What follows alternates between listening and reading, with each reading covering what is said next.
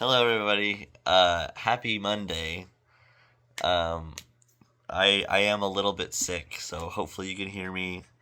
And I've been getting my thoughts mixed up and words mixed up quite a bit, so hopefully I can get through this. Okay.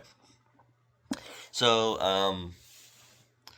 I have been praying. I prayed a little bit about it earlier, as far as what to do for this devotional, and I felt as though I should probably do it on the concept of remembering the things that God has done that has helped you bring you through, the highlights, if you will, to remember the highlights that God has done.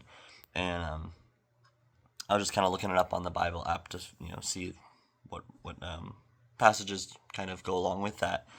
And the one that I got to was Psalm 77. And I'm not going to go ahead and read the whole thing, but I'll just give you a little bit of a synopsis on it. So the author's talking about how he's crying out to God, and God's hearing his cries, but he's overcome by so much turmoil and so much strife, and he's complaining, and he knows that God's hearing him, but he's just there's just too much going on. He just can't handle it, and he talks about how he considers God about back in the old days, back in the good old days, if you will. And he says this in verse 6 of Psalm 77. He says, "I call to remembrance my song in the night.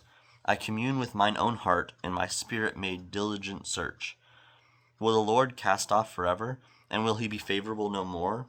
Is his mercy clean gone forever? Doth his promise fail forevermore? Hath God forgotten to be gracious? Hath he in anger shut up his tender mercies?" And clearly the answer to that is no. God has not done those things, and he will not ever do those things. And so I just kind of think about times in my life where things seemed insurmountable, or maybe not even insurmountable, just extremely difficult, and it's you're praying about it, you're asking people for guidance, and it just seems like there's not really any way to get through it, and it can be really discouraging and hard to make it through that without something awesome happening, some miracle from God. And I think that the message of this passage is to say, not that God isn't able to do those things and perform a miracle, pull you out of it, but for that hope, for that encouragement to get through it, all you have to do is remember the things that God's done. And so I'll go ahead and read it, the rest of it. So starting in verse 10, and I said, "This is my infirmity, but I will remember the years of the right hand of the Most High. I will remember the works of the Lord. Surely I will remember thy wonders of old. I will meditate also of all thy work, and talk of thy doings. Thy way, O God, is in the sanctuary. Who is so great a God as our God?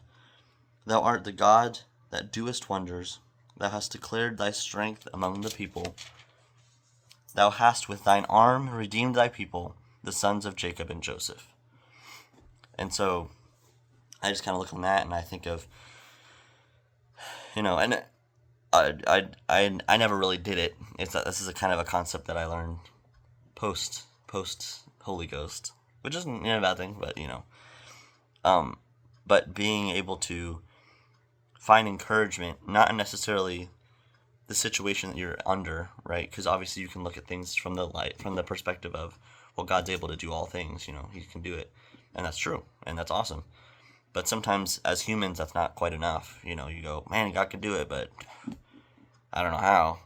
And remembering the things that God's done before, remembering how he brought me out of where I was before, remembering, that moment where, the first person I prayed through the Holy Ghost, remembering those things, and in the moments where you're not sure if you can do it, you're not sure, you trust in God, you can do it, but it's just difficult just to remember those former things that God's done, the the wonders He's done, and use that to encourage yourself. So, but yeah, so that's my little devotional for today. Hope it helped you out.